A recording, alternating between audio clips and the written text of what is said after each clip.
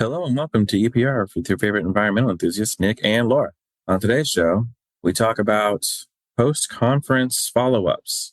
We have Sue Fassler on to talk about sustainability, making mistakes, and owning up to them, and snowshoe racing.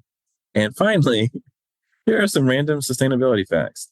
On average, one supermarket goes through 60,500,000 paper bags per year. Sam found these for me. What? That's so many. The average college student produces 640 pounds of solid waste each year, including 500 disposable cups, 320 pounds of paper. Around 16,000 liters of water is consumed to make just 1 kilogram of beef. Yikes. And then recycling a single 330 milliliter aluminum drink can save enough energy to power a TV for over 3 hours. So that's pretty cool. Wow. Those are the most random set. Yeah, I know. I know. Like, I love it though. over here. No, it's great. Hit that music.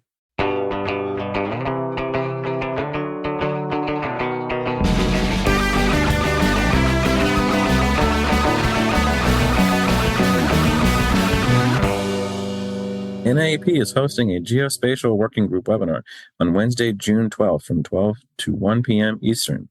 During this webinar, NAEP Geospatial Working Group co-chairs will share practical strategies and techniques to effectively communicate the value of GIS to key stakeholders within your organization. Register today at www.naep.org. Let's get to our segment. Last time I had the stage to myself, I talked to you about how to handle conferences and getting the most out of them while you're there.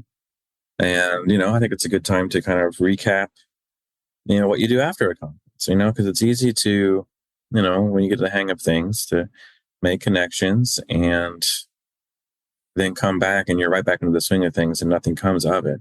You have to be really purposeful about how you interact with people at the conference, but also afterwards. You need to reach out and, check in with people, see how everyone's doing, where everyone's thoughts are on what you discussed during that week. Maybe it's a new client that reached out to you or a new contractor that could help you do, win work together. Those are the start of relationships sometimes happen at conferences, but the follow through is much more important, right? You've got to kind of come after maintaining a relationship. Relationships are two-way streets. You can't expect people to just wait around for you, hoping that you'll talk to them. But, if you don't hear back from people, you don't hear back and you move on. But it's always a good idea to have some consistent follow through, even though it's really easy to just flow right back into what you were doing. It's really, really easy to do that. So taking the time to make connections, try to communicate the way that's best for you. Because for me, for example, I get a ton of emails. So it's really hard for me to just email people back and forth. I need, texts or whatever else it is and phone calls. Otherwise, it's harder for me. It doesn't mean I can't do it. Just, that's not how I like to communicate. How long do you typically wait before you reach out to someone after a conference? Do you do it right after, or do you wait like a week? Well, everyone is a little different, right? I think if you're really interested in talking with somebody, it's good to send them a note right away and then just follow up within a week or two. I think that's fine. Everybody's going to be back in the swing of things too. They're all catching up from the week. So everybody's kind of probably focused on other things. Yeah, exactly. But, a week or two after that conference is a really good time to reach out. And they can kind of sift through the stuff that they needed to sift through for work. And now they're ready to, go after something else. Cool. So that's what I would say. Good to know. For when I eventually join a conference. Yeah, I know. I probably won't talk to anyone, but yeah. Sam's favorite thing, conferences, Yeah. Favorite thing, talking to random people. Right, yes, random strangers. Yeah. I know. But the more you go, the less random they are. That's all I'll say. A lot of people know who I am at NAEP, which is really fun and really cool. I met a lot of great people at that conference. And, half the battle is just being visible enough to people come to me now. I don't have to go to everyone that I want to talk to. People come to me. Is that not a little weird though? someone you don't know approaches you, they know you, but you don't know them. And so it's like, Right. hey, buddy. I mean, it's a little strange, Hi. but it is a little strange, I will admit. But honestly, almost all of them are coming from, actually, everybody I've met is coming from a place of, curiosity or interest, and they want to meet me. So why wouldn't I want to meet them, Fair. And so that's kind of how I approach it anyway. But yes, it is odd when someone says they know you. And that actually happened at the conference where someone was like, oh my gosh, I know your voice. And it was like, she ran away from me. That was pretty funny, actually. But yeah, I think it's actually kind of nice. And, like I say, it makes getting to know people and making connections a little easier for me. So I appreciate it. So I don't know if everybody would feel the same way, but that's how I take it. Cool. Very cool. All right. Well, any other thoughts on that? Nope. I think I just need to attend a conference before I can really get into the nitty gritty. There you go. All right. Sounds good, Sam. Thank you. Let's get to our interview. Sounds good. Hello and welcome back to EPR. Today we have Sue Fassler, the Director of Sustainability at State University of New York College of Environmental Science and Forestry on the show. Welcome, Sue. Hi, thank you so much for having me. I'm so excited. Yeah, we're really, really happy to have you here. So, first up, what does a Director of Sustainability do? I have learned it is really systems change. Being in the sustainability world and being the Director of Sustainability, I'm finding myself spending more and more time, we've gotten through a lot of our lower lift, lower cost initiatives, and being part of a large state system, there's a lot of bureaucracy. There's a lot of outdated things, but there's also a lot of exciting new regulations, which I think are exciting, coming our way from a sustainability standpoint. But some of these old state laws don't let us meet the state's own goals. So I'm finding more and more of my time kind of like punching up to higher levels of the system and state to help unstick these things that we need to implement on our campus. So, what state laws, can you give me an example of what you mean? There's conflict, I do have a favorite. It's really wonky. So the way that we manage surplus property, like extra state assets, is really antiquated. And the regulations and laws don't expressly allow some things that we need. And I'll explain what I mean. So if we don't need a desk, for example, on our campus, an email gets sent to people on campus who ignore emails saying, do you want this one desk? If we don't need it on our campus, an email gets sent to every other state campus in New York, which there are like 60 of them. And if someone doesn't need it on their campus, then it goes to a government auction website. And if the public doesn't buy it, the path of least resistance, the formal path that is supposed to be taken, is for this asset to be disposed of in the best interest of the state. And that usually means it gets thrown away because it's the easiest option. It's perceived as the least cost option. And what I'm trying to do through the work of my union and with some other colleagues is to add a formal process at the end of this. So if something doesn't sell on the government website, to allow for the donation of assets to a nonprofit organization through a fair and equitable process, but to formalize saving these materials that have value and life that maybe need a little bit of refinishing from the landfill or incinerator. So it's a change to the state finance law, section 167, that would formally allow and encourage this donation of surplus assets. That's very cool. So that sounds like it's a complex solution. Not even, I shouldn't say it that way. You need to collaborate a little bit to get something like that done. So how do you do that? Yeah, I'm coming at it from 5 different angles at once. So I first learned about this problem about 5 years ago through talking with some other colleagues at state agencies. And they were like, if you really want to fix this, you need to target the state finance law. But it's not really popular because sometimes folks think you're coming at this from a standpoint of Sue just wants all the tables at ESF for herself. Right. Yeah, from a lens of personal greed. So I've had to do a lot of smoothing there, saying this really is not about me getting tables. It's about making sure things don't get thrown away. So I've tried asking for data to prove how big the problem is, because anecdotally, we all know there's a problem across all the campuses. Everyone's dealing with these problems, but there's no data to back it up, or at least data that's not accessible to us because it's an old system. People have too many things to do, or the paperwork never closes the loop. So I've tried to get data and tried to ask nicely, do you all want to collaborate to get some of these things changed, modernized, and whether people are too busy, whether politically they can't touch it for whatever reason, there wasn't a lot of traction being gained. So from there, I was really lucky to be swept up in this opportunity with my union, UUP, to join and co-lead their Environmental Issues and Advocacy Committee. And through that process, we were able to draft and write legislation that's right now with the New York State Senate and Assembly to do just what I talked about earlier. And now we're getting a lot of traction. We have some students, faculty, staff groups passing resolutions at their own campuses in support of this. We have a letter writing campaign. I worked with a lot of local nonprofits to have them sign on to a letter. So we're kind of coming at this now from outside of the system. So I had this really interesting tension of like working within the system. Can you really fight for change, or do you have to come at it from without the system, or can you do both? Yeah. And it's tough because I don't want to step on toes. I don't want to upset people. I don't want to be too much of an agitator, but I also can't accept even one desk being thrown away that doesn't need to be thrown away. Right.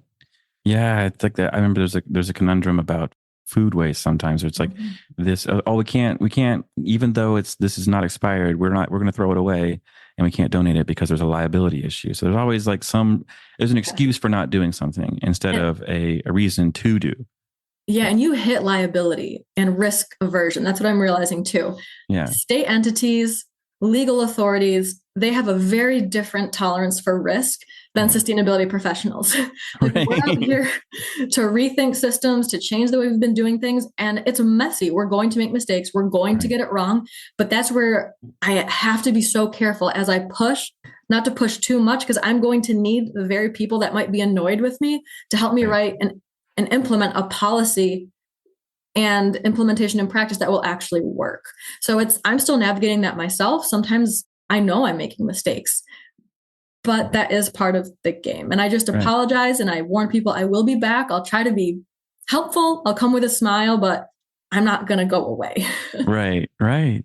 So, I mean, I think it's really great to hear that you're not afraid of mistakes and that you accept that you make them and you apologize and take ownership of them. That's not an easy thing to learn. So where did that come from? How did you get to a place where you're comfortable being a little bit wrong? That's a really good question. I think I really just I care that people know I'm coming from a good place. Yeah. I really, really want people to like me, to think I'm doing this for the right reason. And I also don't like if someone, like I've experienced when other people make mistakes, if they don't own up to it, it's assumed someone else made the mistake. And sometimes it's assumed I made a mistake when I didn't. And I'm not going to defend myself to put that person under in the ringer. So I just don't want to make other people feel like I've been made to be felt in the past. And I've also been blessed. Our campus at ESF, we're small, we're all quite close, and it's a really unique, awesome group of people. And I've worked with people and I actually supervise them. When I've made a mistake, they've said, Sue, when you did X, Y, or Z, it affected me this way. Yeah. How do we change that? And that takes and I don't want to say that the person being done wrong too shoulders the burden of telling someone, even a position of power, that they did something wrong. But I've just been really blessed that we have an open culture and people will talk about when mistakes are made. And I think that's really important to foster within your, air quotes, staff and within your colleagues. Yeah. I mean, it's a really great thing that you bring up because you have created a space that's safe enough for positive feedback, even if it's critical to occur. And that is very rare in a lot of instances. So I'm really, really excited to see that and hear about that. But so you have this big effort going on here as well, but how does that relate to what you're doing with your college-wide sustainability action plan? And it also seems like another deeply collaborative process. And I'm starting to say there's a theme here of collaboration that I'm noticing. So tell me a little bit about that too and how you're doing that. Yeah, thank you. So I can not claim the lion's share of the credit for the Sustainability Action Plan. My colleague Delaney Demrow is the one that led the collaborative effort. So we did this whole project. It's almost wrapping up. It should be out hopefully in the next month on our website. It's taken this entire academic year. We've done it internally. We didn't hire any consultants, and we're developing ESF's first ever Sustainability Action Plan. And ESF as an institution is totally focused on the environment. There's been sustainability work happening for decades, if not longer, at ESF. It precedes us and it will continue after us. So we wanted to write a plan grounded in this. So it's not like we have come here and we're the reason things are great. No, we are making improvements based on what's already been here. So we were first careful to say that. And we're building our sustainability action plan based upon things that seem transactional, but are also really important in other ways. So we want to achieve a really high sustainability ranking in national rankings because we want students to come here to learn. So the original framework for the plan was based upon what's called ASHE STARS version 3.0. That's kind of the industry standard in sustainability higher ed, where you self-report and get a ranking based upon that. Then we also folded in our regulatory requirements as a New York State agency. We folded in our own Office of Sustainability Goals, but then my colleague Delaney interviewed over 90 people on campus. Not to say how we can change what you're doing, but please tell me what you're planning to do over the next few years. Let's talk about intervention points where sustainability could fit for you, and we'll promise to come back to collaborate with you when we mutually decide where we want to take whatever this collaboration might look like. Right. So we put together the first draft of the plan and then shared it with those stakeholders to say, did we get it right? Did we get what you said you wanted to see in the plan, actually in the plan? And then after that, we knew we wanted feedback from the entire campus, but no one's going to come to a boring feedback session. So we brainstormed as a team. We're like, how do we do this? So we landed on the Sustainability Action Plan Social. And it was a 3-hour event in the afternoon where people could come and go as they please. We had whiteboards with the Sustainability Action Plan, every action printed out. There were over 250 of them. And we had sticky notes where people could add a tally for I value this concerns me, or they could give open-ended feedback. We had it catered by our in-house caterer, and the food is so good. And then our alumni office agreed to sponsor a happy hour at the end of the event where everyone got some free drinks. Oh, wow. Yeah. Yeah. Okay. And I'll show up. I'll be there. right. And it was nice because the feedback we got from people was it was work without feeling like work. And we've heard from our community, we lack community building events. We're just all so busy. So this served that purpose. And the last thing I'll say, because I've been talking a lot, is there was a real equity issue here at play too, because we have different bargaining units, different union representation on our campus. And there is a group of CSCA represented employees. And for whatever reason, if they want to attend a campus event during work hours, they have to use vacation accruals to do that. Oh my gosh. Other bargaining units don't have to do that. And so these are the lowest paid employees who often are at the margins, often forgotten, having to use their accruals to come to our Sustainability Action Plan event. So we got permission from HR and the college leadership, which has been done a few times before, to waive that right, or not that right, waive the need to use vacation so they could come up to an hour and a half to the event to give their feedback. So part of sustainability for us is being really vocal advocates for other people to make sure that they are more than just at the table, like they feel welcome.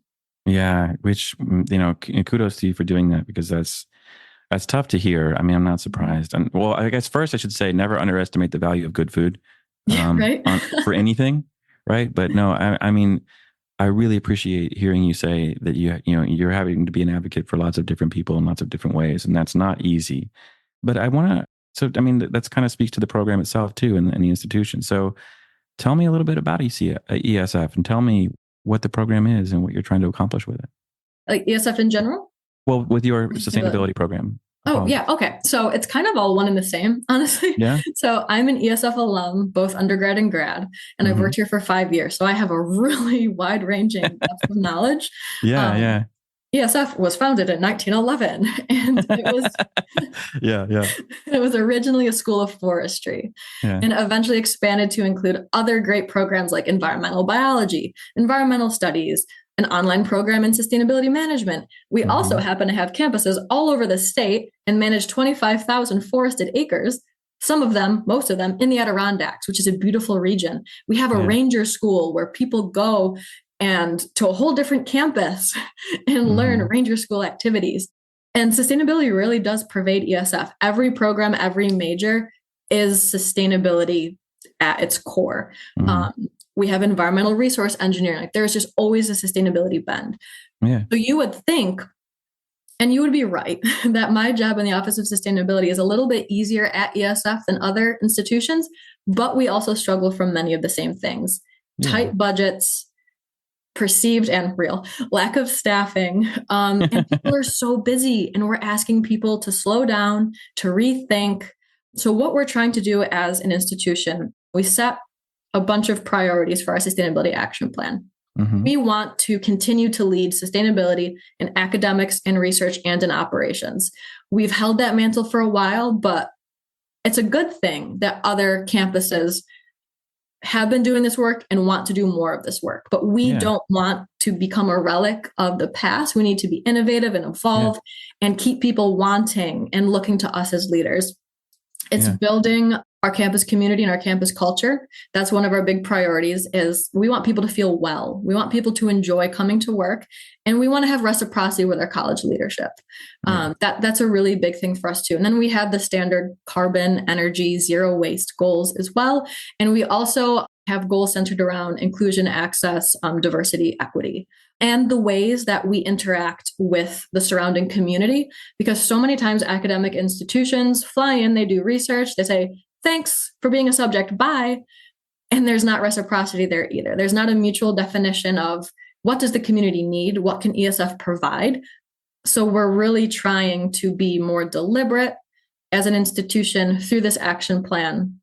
Hopefully it all gets implemented, but that's the vision, is just to be thoughtful and caring and bold and impactful and transparent and shake things up in a way that is like tolerable and enjoyable to be around. Yeah. No, I love it. Yeah. So I guess diving into, like, when you say shake things up and be relevant, be innovative, what are those specifically? Like, what about sustainability? Because, I know there's the cliches with sustainability that I teased about whether I'd ask you about that or not, but give me the innovation. Where's the future of this of sustainability? Where are we going to see it go? And how are you guys working towards that? That's a really good question. I think it's very hard to answer. I think I want sustainability to be synonymous with nuance and with being able to have difficult conversations. Because as we as a society are looking to the future, like AI, chip manufacturing, continued development, even sustainable development, it is still based upon growth. And that's a difficult thing to reconcile with true sustainability. So there is no black and white. There's always nuance. Do we want a chip manufacturing plant that is sustainable, but still drawing a ton of water and still using a ton of energy? I don't know. We as a society need to have those conversations. And I know that's a really broad answer. It's not super tangible, but I want to see more of that. I want things to slow down. I want us to be able to hold the space and make the space to have these difficult conversations. And we're kind of, I think, losing that as a society, like the ability and willingness to have difficult conversations. And we just don't know how to do it. So that's a key component of our sustainability action plan. And that is an idea that came from our IDEA office. They want to hold some really unique sounding workshops on how to have these conversations. And I should say, we have 5 different sections in the sustainability action plan: campus leadership, in administration, research, academics, curriculum, outreach, like that type of flavor, along with facilities, operations, and diversity. When we asked people to make those tallies on what they valued, our campus far and away most valued the IDEA, those diversity and equity actions, more so on some levels than the traditional sustainability. So I really like a quote. His name is escaping me right now, but he is Planet Walk is the organization.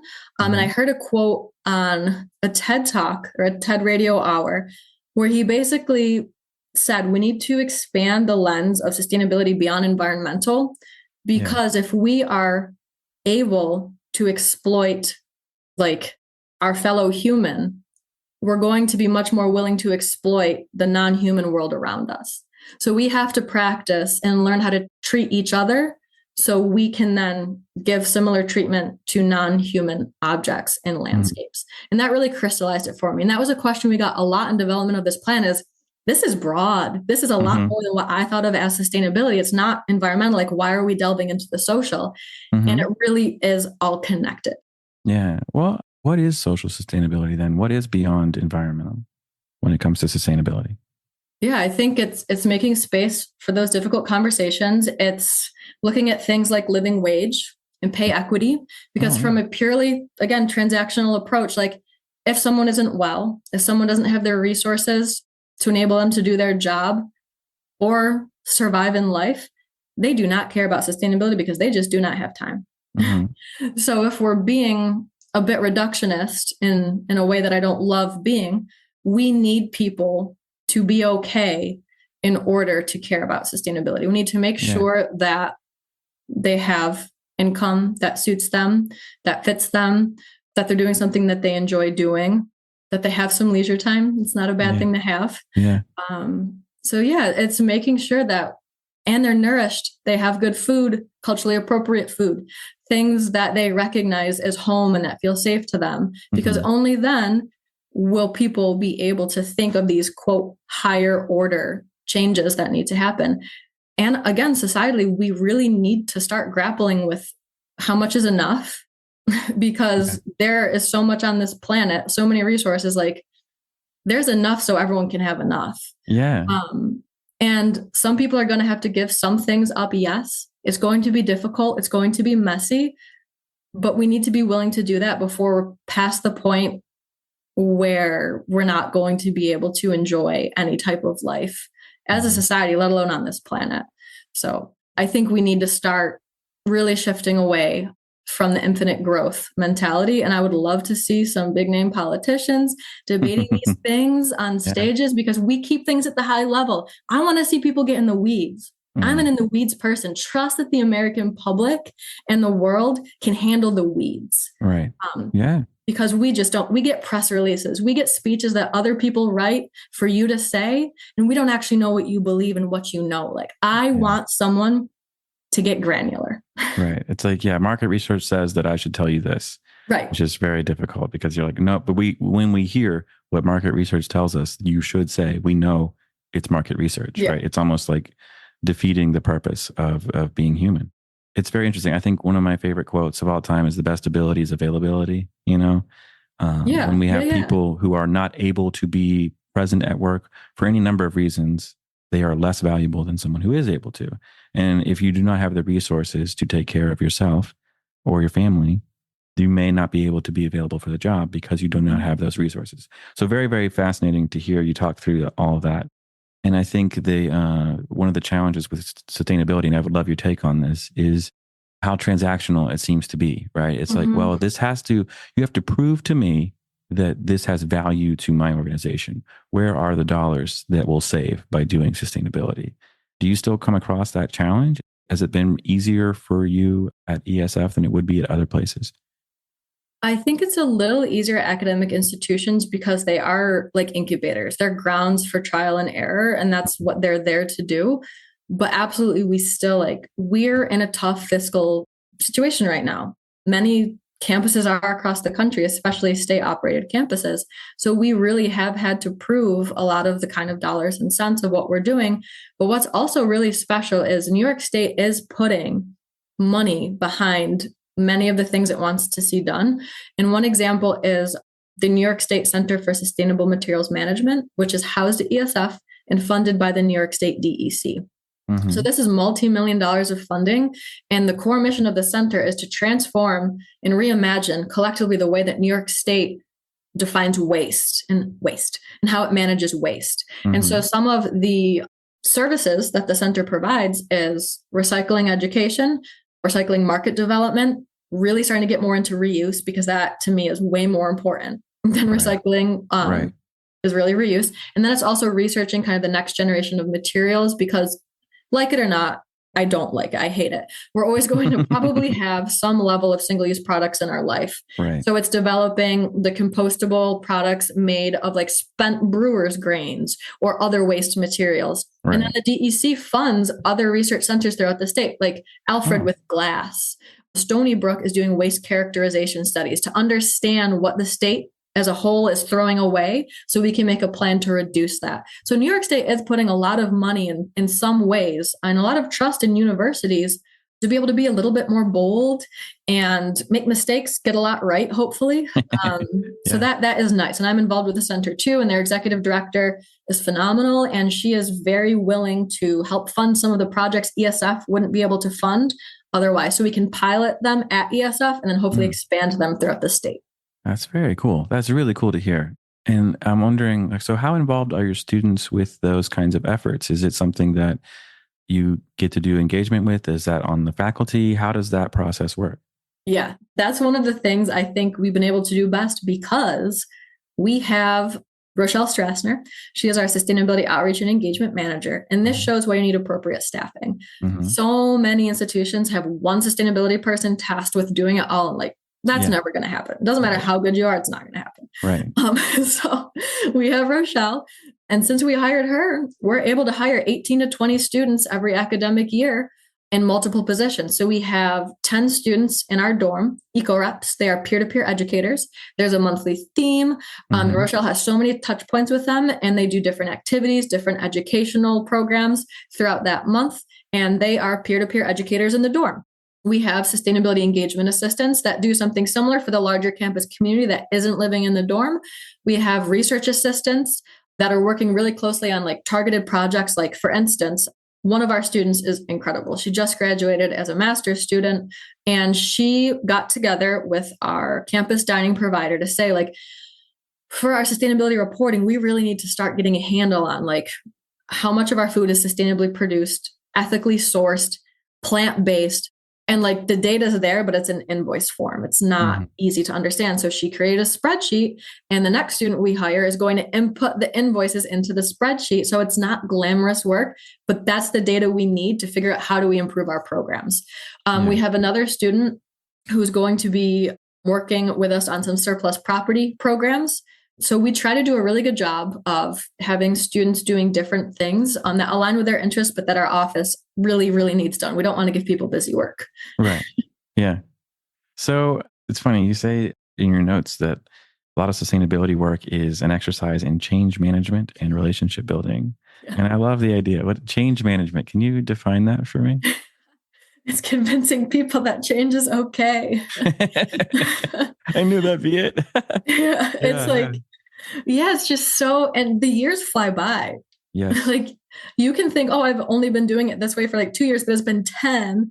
And it's scary. You need time to be able to figure out how to make a change before you can implement it.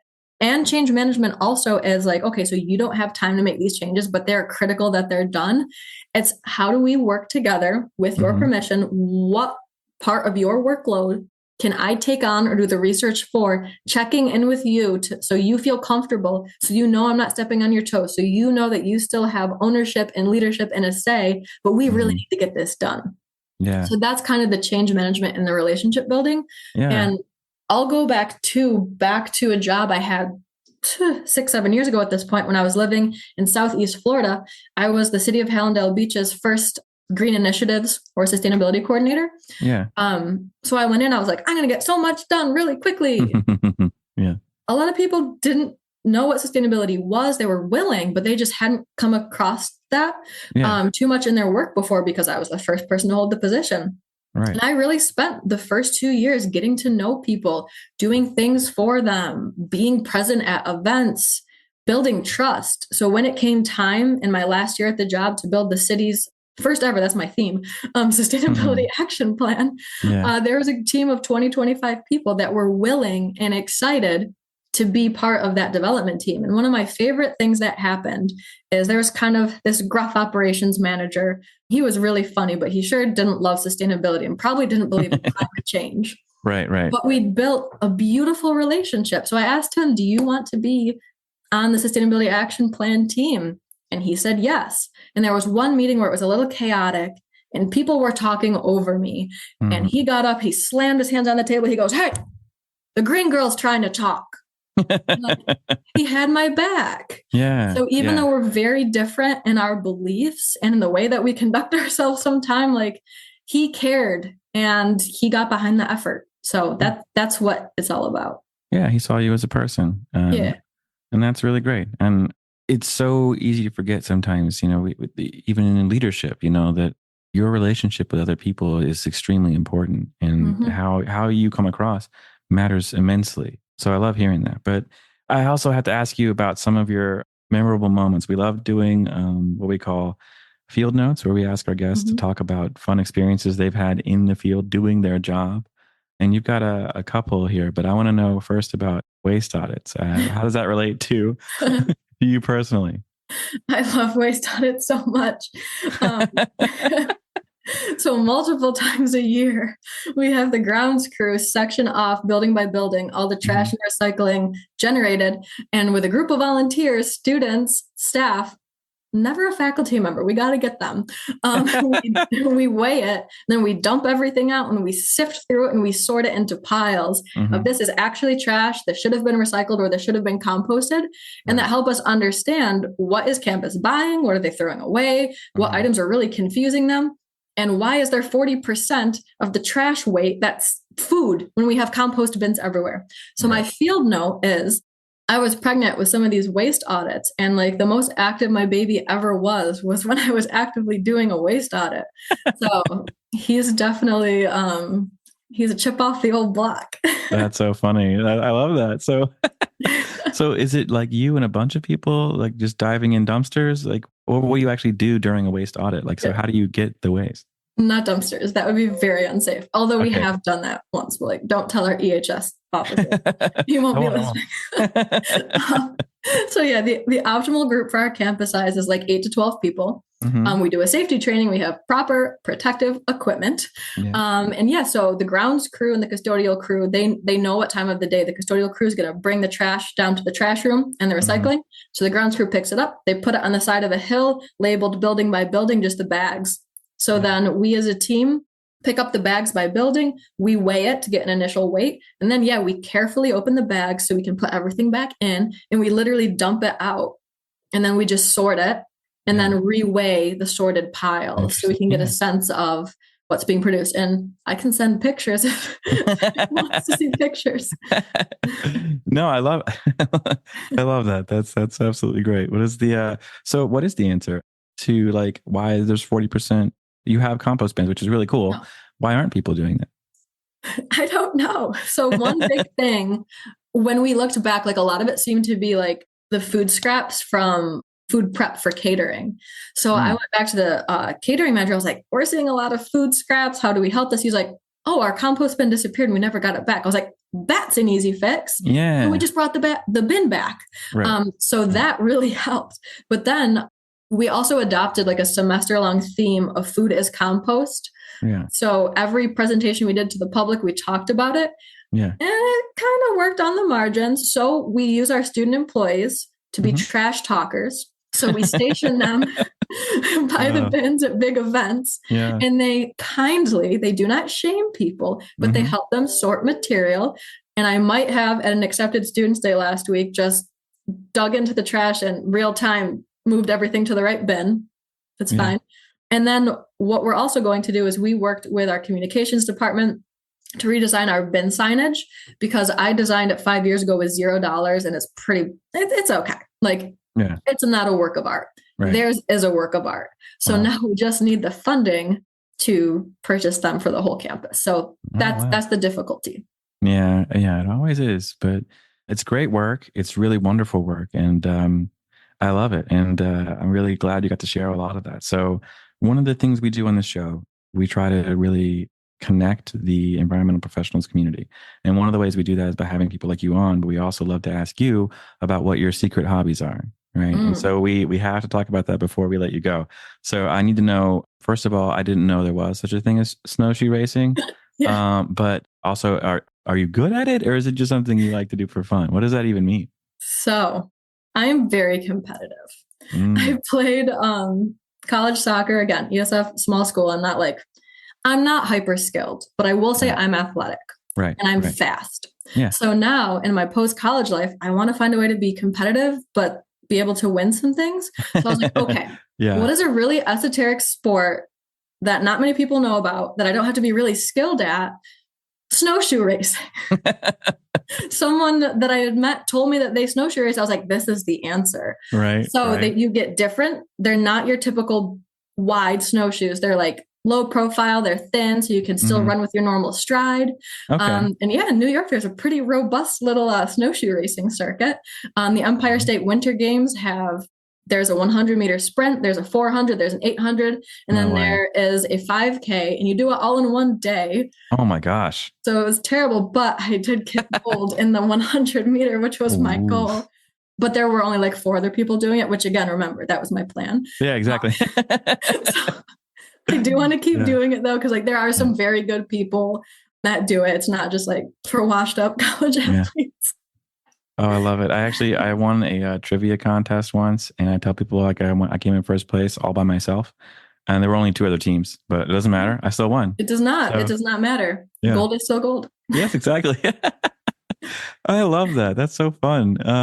Golly, is that people have to fall, right? I mean, like, yeah, that's got to be part of the plan, right? Like, okay, yeah, like I can fall once or twice and I'm good.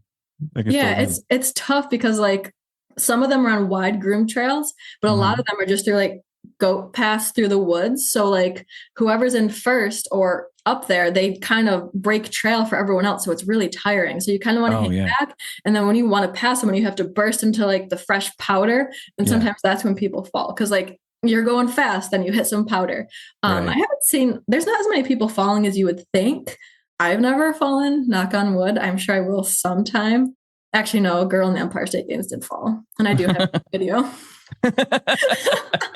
But it's fine. She's great. Funny. Give her credit. Don't want to bash the enemies. No, of course. I love that you called them enemies. That's great. Yes, you are competitive. That's good. I like that though. That's really fun. But that's why now sustainability is my sport. And that's why I'm so single-minded, because I don't have any other competitive outlets, because it's really hard to find time to work out with a baby. So I try to win sustainability. Yeah. I love it. That's really cool. But you've also done other things like hiking the Sierra Trail. And I want to know a little bit about that experience too before we wrap up. Like, tell me about that. Yeah, that was the most incredible experience. One of my absolute best friends, Megan, and I decided, I think it was 3 years ago now, to hike the High Sierra Trail. It's a 60 or 70 mile trail, like through the High Sierra Mountains, and you start in Sequoia National Park and you end at the highest peak in the continental US, which is Whitney Point. And it took us 6 days. We finished a day early, even though we tried not to, because we're both pretty hyped up all the time. But I will say, I'm happy we survived it, because neither of us prepared properly. And it's so against both of our personalities. Like we had all the food, we had all the gear. And I was listening to some backpacker podcasts the week before we went. And I heard something that just made my heart go cold, and I couldn't believe I hadn't thought of it. They were like, don't think you can go out on a multi-day trip if you've never practiced packing with your full pack full of weight. And I was like, oh my God, I haven't done that. Yeah. I loaded up my pack. I start hiking up a very shallow grade hill in our backyard. I was like, I don't think I can do this. But so when we got to the trailhead, like, you can tell I can talk. Right. When I clam up, that's when something's wrong. And like, I had no words at the start of the trailhead. I was sick to my stomach. I was like, I don't think we can do this. Yeah. But we did. It was amazing. We had no catastrophes. Well, besides I almost broke my ankle on a trail run before we went. Yeah. Other than that, it was fine. Okay. Yeah. Before. Okay. Yeah. The trail was beautiful. It was incredible. Not being able to be in contact with the world was amazing. Like the days were slow. All you had to do was wake up, eat, walk, wake up, eat, walk. Like it just felt like what we were meant to be doing. We're not supposed to be under interior lights all day. Yeah. Clomping away at a computer. Like I just felt good. I felt calm. Yeah. It was just one of the best moments of my life. And I really, really have the backpack bug, and I can't wait to go again. I can't wait to go with my son, with my family. So that's one of the things I'm looking the most forward to, is just like being outside as much as we can whenever we're not working. Yeah. Which is a great way to be. And I love that you didn't try the pack on with the full weight, because it rubs in weird places and you get, it was like 50 pounds. Yeah. It's so heavy. That's so fun. I love it though. Like I say, I hate to say we're out of time, but here we are. The time flies by. Yeah. And so before we let you go though, is there anything we didn't bring up that you'd like to talk about before? I think this was pretty wide ranging. I want to welcome people to reach out if they agreed with what I said, if anything rubbed them the wrong way. Like, I really do love to know, like, what resonates, what excites people, what scares you. Is there anything you disagree with? Like, I think that's healthy. I welcome that. I would love that. So if anyone wants to contact me, I welcome that at sustainability@esf.edu. No, I think this was a great conversation. You put me at ease. You led us down a winding path that still made sense. So thank you. No. Like I say, I appreciate your transparency and authenticity. I think that was really fun. And so I appreciate you being here with us. Thank you so much. Thank you. And that's our show. Thank you, Sue, for joining us today. Please be sure to check us out each and every Friday. Don't forget to subscribe, rate, and review. See you, everybody. Bye.